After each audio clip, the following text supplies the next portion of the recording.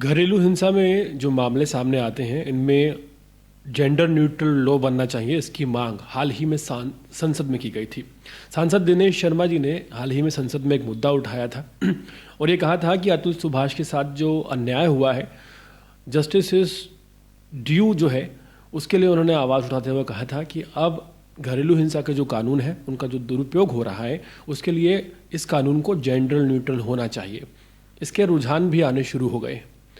आपको याद होगा कि हाल ही में दहेज उत्पीड़न कानून को ख़त्म करने की मांग सुप्रीम कोर्ट में की गई थी, जिसे महज 2 मिनट में ही खारिज कर दिया गया। लेकिन इसके बाद संसद में दिनेश शर्मा, जो कि उत्तर प्रदेश के पूर्व उप मुख्यमंत्री भी रहे हैं, उन्होंने इस मुद्दे को गर्मजोशी से उठाया और हाल ही में एक वर्डिक्ट सामने आया है। सुप्रीम कोर्ट ने एक फैसला सुनाते हुए ना सिर्फ एक ऐसी महिला को फटकार लगाई है जिसने अपने पति पर झूठे आरोप दहेज उत्पीड़न के लगाए थे, बल्कि ये नसीहत भी दे डाली है कि घरेलू हिंसा के लिए जो कानून बने हैं उन कानूनों का दुरुपयोग नहीं किया जाना चाहिए बदला लेने के लिए या फिर दुश्मनी निकालने के लिए। मामला दरअसल ये है कि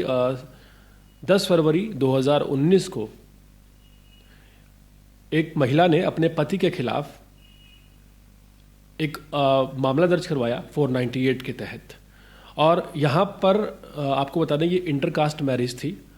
जो पुरुष है, जो पति था, वो ब्राह्मण समाज से था और जो महिला है वो अनुसूचित जनजाति से थी। महिला ने जो धाराएं, जिन धाराओं में एफआईआर दर्ज करवाई उसमें 498A, 504, 509 SC/ST एक्ट और 1989 दहेज निषेध अधिनियम के तहत मामला दर्ज कराया गया। और जब ये मामला हाई कोर्ट में भी पहुंचा, हाई कोर्ट में भी सज़ा को बरकरार रखा गया, लेकिन जब सुप्रीम कोर्ट में मामला पहुंचा तो सुप्रीम कोर्ट ने ये कहते हुए कि दुश्मनी की भावना से ये आरोप नहीं लगाए जा सकते, मामले को खारिज कर दिया और सभी आरोपों को हटाने की निर्देश दिए हैं। सुप्रीम कोर्ट ने ना सिर्फ राहत दी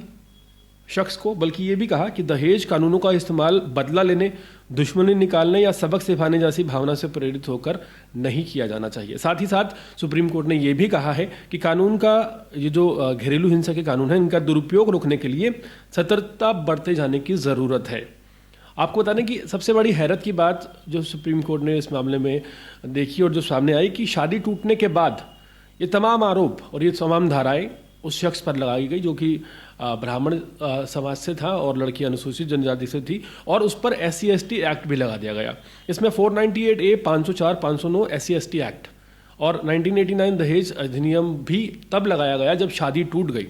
तो यहाँ पर कोर्ट ने पाया कि कहीं ना कहीं बदले की भावना से या दुश्मनी निकालने के लिए जो कानून बना है